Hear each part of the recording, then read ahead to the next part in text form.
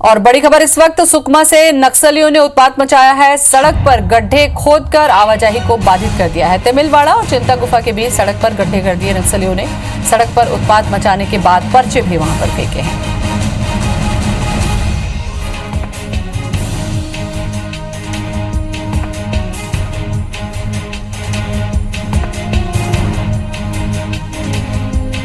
और इसी खबर पर ज्यादा जानकारी के लिए हमारे साथ जुड़ रहे हैं हमारे संवाददाता नरेश मिश्रा। नरेश, जानकारी मैं चाहूंगी कि पर्चे भी फेंके हैं, गड्ढे भी खोद दिए हैं, लॉकडाउन चल रहा है, ऐसे में नक्सलियों को फायदा उठाने का क्या मौका मिल गया?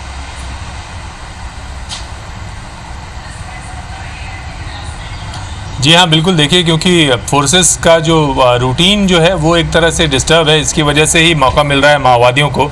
दूसरी तरफ ग्रामीणों की और जो रेगुलर आवाजाही है वो भी नहीं है। इसकी वजह से जो इंटेलिजेंस है या जो सामान्य जानकारी है वो पुलिस कैंप तक नहीं पहुंचती और इसकी वजह से माओवादी सड़क पर आ रहे हैं और कई जगह उन्होंने सड़कें काटी हैं और ये सभी जगह कमोबेश अंदरूनी इलाकों में दिखाई दे रहा है। पोलमपल्ली इलाके में ठीक इससे पहले उन्होंने ब्लास्ट किया था, पुल को उड़ाने की कोशिश की थी, जो कि दोरनापाल से बमुश्किल 10 किलोमीटर 12 किलोमीटर की दूरी पर है। तो आप समझ सकते हैं कि किस कदर इस पूरे इलाके में माओवादियों ने इस मौके का फ़ायदा उठाने के लिहाज से सभी गतिविधियां अपनी जारी रखी हैं।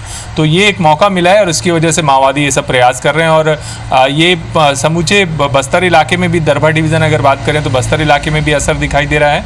और जगरगुंडा और दोरनापाल ये जो रोड है ये स्ट्रेटेजिक रोड है और इस सड़क पर निर्माण काम चल रहा है, इसलिए यहाँ पर माओवादी ज़्यादा प्रयास कर रहे हैं कि इस सड़क को काट कर किसी तरह से इस सड़क के निर्माण को बाधा पहुँचाई जा सके। बिल्कुल।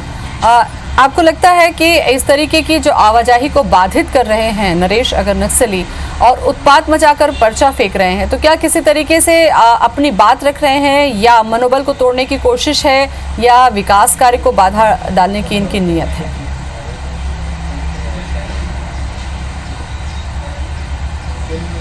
देखिए, मुख्य रूप से तो ये सड़क टारगेट में है माओवादियों के और वो जानते हैं कि अगर ये सड़क बन जाएगी तो एक बड़े इलाके में जो माओवादियों का सबसे हार्डकोर इलाका है, जो बटालियन नंबर 1 का भी इलाका जिसे कहते हैं, वहाँ तक पुलिस फोर्स का मूवमेंट काफ़ी तेज़ होगा। अलग अलग जो कैंप हैं उनसे उनको मदद मिलनी शुरू हो जाएगी और बार बार कई ऑपरेशन वहाँ पर पुलिस लॉन्च भी करेगी। तो इसीलिए इसको इस विशेष तौर पे टारगेट किया गया है। और एक राजनीतिक तौर पे, क्योंकि सीए का मुद्दा गरमाया हुआ है, बीजेपी का शासन है केंद्र में और इस लिहाज से इस मुद्दे को भी माओवादी हवा देने की कोशिश कर रहे हैं। तो मुख्य रूप से ये कोशिश यही है माओवादियों की कि जिन इलाकों में वो विस्फोटक नहीं लगा पा रहे थे, सड़कों को नुकसान नहीं पहुंचा पा रहे थे, नक्सली नहीं चाहते कि सड़कें बने और विकास की गति आगे बढ़े, लेकिन पुलिस जो है नक्सलियों के मंसूबों को तोड़ भी रही। कांकेर की जो खबर थी कि पुलिस ने नक्सलियों के सप्लायरों के एक बड़े लिंक को तोड़ने में सफलता हासिल की।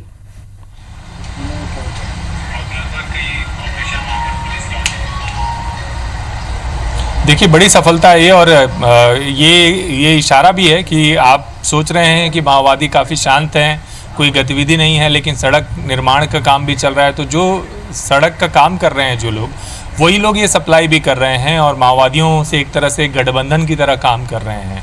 तो ये कांकेर पुलिस की सफलता है। वहाँ नए पुलिस कप्तान ने पहुँचने के बाद इस मामले को बहुत गंभीरता से लिया और काफ़ी इन्वेस्टिगेशन किया इस मामले का। 24 मार्च को पहली बार गाड़ी पकड़ाई थी और मालूम चला कि जो PMJSY में उस इलाके में पेटी कॉन्ट्रैक्टर जो लोग काम कर रहे हैं उनके तार जुड़े हुए हैं। और इस कंपनी से जुड़े हुए जो राजनांदगांव में 2 लोग, एक बालाघाट इलाका जो कि माओवादी इलाका भी है, यहाँ भी माओवादियों की पहुंच है, और एक यूपी का व्यक्ति। तो ये सारा नेटवर्क इस तरह से काम कर रहा था और माओवादियों की वर्दी हो, जूता हो, डेटोनेटर हो, वायर हो, ऐसी ज़रूरी चीज़ें कई अलग अलग स्टेट में अलग अलग जगह से सप्लाई होकर के पहुंच रही थी। तो ये एक सिरा ज़रूर मिला है अभी पुलिस को, जिसमें कांकेर इलाके में ये सारा रसद पहुंचाई जा रही थी।